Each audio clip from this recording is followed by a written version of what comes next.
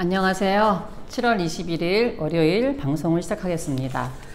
오늘은 갑자기 꼭 가봐야 될 때가 생겨서 시간을 4시에 맞추기가 어려워서 미리 찍어서 여러분들께 4시에 나오도록 하겠습니다. 오늘의 주제는 이 책에 138쪽부터 나와 있는 지역사회 학교, 마을과 함께하는 학교로 이야기를 드리려고 합니다. 저는 늘 교육의 주체를 이야기할 때 학생, 학부모, 교사, 그리고 지역사회를 같이 이야기합니다. 그래서 교육은 3주체를 넘어서 4주체가 되어야 된다라고 생각하는데요. 왜냐하면 아이들의 교육은 가정과 학교에서만 하기에는 너무 어려움이 많다고 생각합니다. 특히 지금처럼 이렇게 핵가족화되어 있고 아주 가족의 형태가 다양한 형태에서는 더더구나 그랬습니다. 사실 예전에 제가 자랄 때만 해도 그때는 공동체가 굉장히 많이 살아 있었죠. 마을 어른들과 그리고 마을의 선배 후배 같이 어울려 놀던 농촌 사회에도 그랬고, 또 도시라고 해도 골목 문화가 살아 있어서 마을이 함께 키우는 측면이 그때도 실제로 있었다고 생각합니다.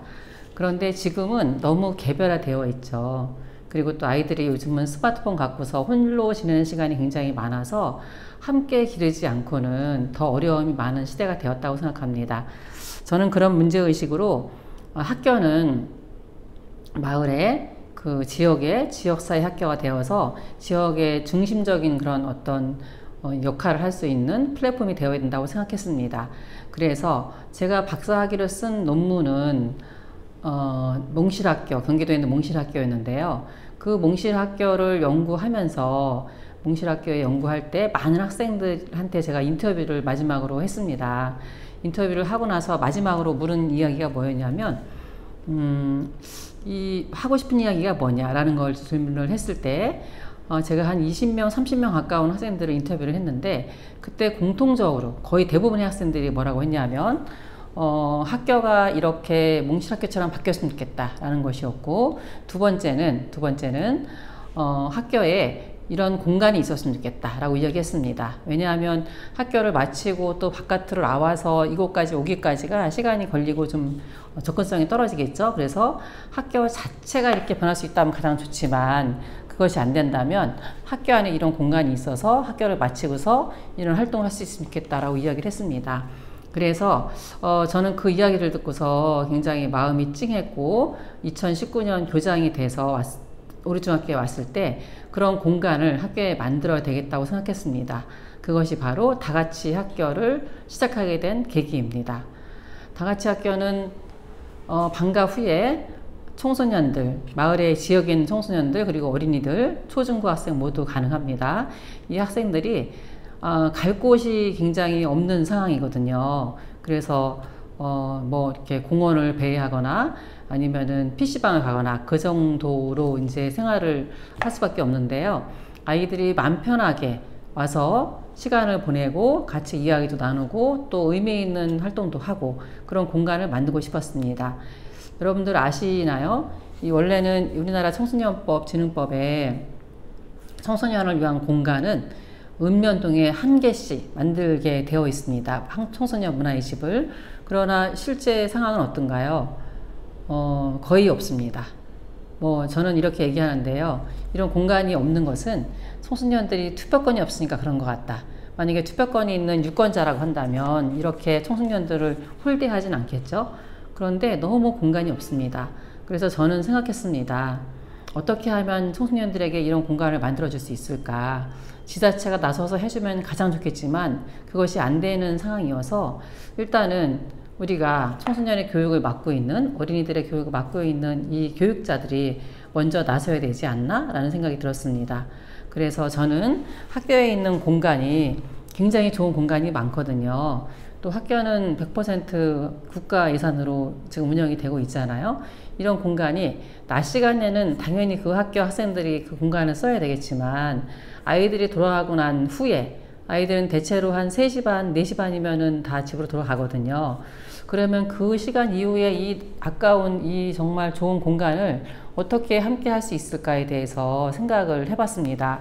굉장히 단순하지 않습니까? 낮에는 학생들이 쓰는데 밤에 이 공간이 비어 있어. 그런데 밤에 아이들이 갈 곳이 없어. 그러면 이 공간을 잘 만들어서 청소년들이, 지역에 있는 학생들이, 그리고 어린이들이 쓸 수 있게 이 공간을 제공하면 되지 않을까라고 생각했습니다. 그것이 바로 우리 중학교의 첫 번째로 만들어진 다같이 학교의 시작 동기입니다. 그리고 이 다같이 학교가 1호로 만들어지고 나서 서울시 교육청이 너무나 감사하게 이것을 서울시 교육청 정책으로 아예 가져가서 교육청마다 하나씩 만들기로 추진을 시작했습니다. 그래서 현재 4호까지 만들어져 있는데요. 1호가 오리중학교, 남부에 있는 오리중학교, 2호가 북부에 있는 방화중학교에 있는 다같이학교, 그 다음에 3호는 작년에 문을 연 강서양천교육청의 양서중학교에 있습니다. 그리고 4호는 강남 서초교육청의 이시중학교에 만들어졌습니다. 이렇게 현재 4개의 다같이 학교가 만들어져 있고, 이 다같이 학교를 만들 때 가장 어려운 점은 뭐냐면, 학교가 이 공간을 사실 공유하는 개념이잖아요. 그런데 공유했을 때 벌어질 여러 가지 이제 안전상의 문제라든가 운영상의 문제라든가 이런 문제 때문에 공간을 내놓는 것에 대해서 아직까지는 학교에서 많은 부담감을 가지고 있습니다. 그래서 사후까지 만들어지고 나서 조금 더 쉽게 접근할 수 있도록 다같이 학교는 굉장히 좀 사이즈가 큰 방식이거든요. 제가 다같이 학교 만들 때 한 10억, 15억 들여서 지자체까지 하면은 교육청에서 10억, 지자체에서 7억 이렇게 해서 조성을 했거든요. 그러니까 그 정도의 부담이 가지 않는 좀 작은 형태로 다같이 교실이라는 이름으로 지금 더 사업을 확대해서 진행하고 있습니다. 이 다같이 학교에서는 굉장히 다양한 활동이 벌어집니다. 여러분들이 다같이 학교가 궁금하시면 인터넷에 다같이 학교라고 쳐보면 되십니다. 다 가치입니다. 여러 가지 가치를 가지고 있는, 또 이제 다 같이 함께 한다 그런 의미도 같이 있는 것이겠죠. 이름은 공모로 정했습니다. 이렇게 다같이 학교에서 어떤 일이 벌어지고 있는지는 자세한 내용은 홈페이지를 통해서 이제 검색해 보시면 될 것 같은데요. 청년들이 코디가 되어서, 주로 청년이 많습니다. 학생들의 그 프로젝트의 코디가 되어서 학생들이 제안하는 다양한 교육과정을 함께 만들고 함께 그것을 평가하고 그리고 발표를 하고 있는 그런 상황인데요. 학생들이 사실 학교에서는 주어진 교육과정을 운영하기 때문에 학생들이 본인들이 만들어서 교육과정 운영하는 것은 현실적으로 쉽지 않거든요.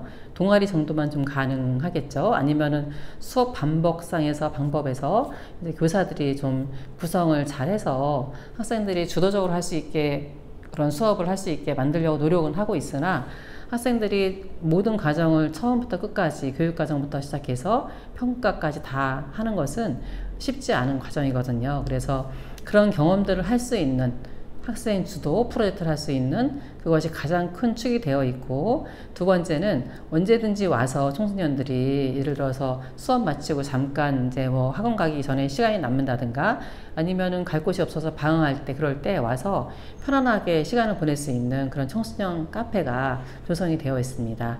저는 이런 공간들이 모든 학교에 다 만들어진다면 얼마나 좋을까 꿈을 꿔보는데요.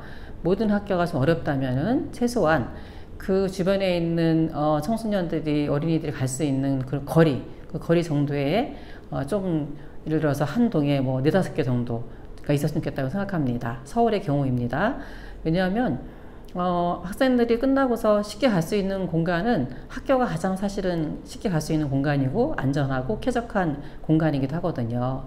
그래서 이런 정책이 앞으로 많이 확대되었으면 좋겠다고 생각합니다. 교육부 장관이 어제 낙마를 해서 이제 누가 될지 알 수 없지만 좀 이렇게 실제적으로 학생들이, 유초중등 학생들이 쉽게 접근할 수 있는 공간을, 활동할 수 있는 그런 아이들의 공간을 조성할 수 있는 것에도 관심을 가지고 있는 그런 사람이 되었으면 좋겠다라는 영혼을 저는 크게 가지고 있습니다. 네, 오늘은 짧게 다같이 학교가 만들어진 배경과 그리고 어떤 일을 하고 있는지에 대해서 짧게 말씀드렸습니다. 이 다같이 학교에 대한 책은 지금 우리 중학교에 있는 그 청년 코디들이 현재 책을 원고를 다 써놓고 지금 책을 출판하는 그런 어떤 논의를 하고 있는 단계인 것 같습니다. 책이 나오면 여러분들이 조금 더 자세하게 어떤 일들이 벌어지고 있고 여기서 학생들이 어떻게 성장하고 있는지, 더불어서 청년들은 어떻게 함께 성장하고 있는지, 그리고 이것이 학생들의 성장에 갖는 의미가 무엇인지, 그리고 마을에 이런 공간이 왜 필요하고 학교가 왜 마을의 교육의 어떤 플랫폼이 되어야 하는지에 대해서 더 많은 그런 발산적인 생각을 할 수 있으리라고 기대합니다. 오늘은 여기까지 말씀드리겠습니다. 감사합니다.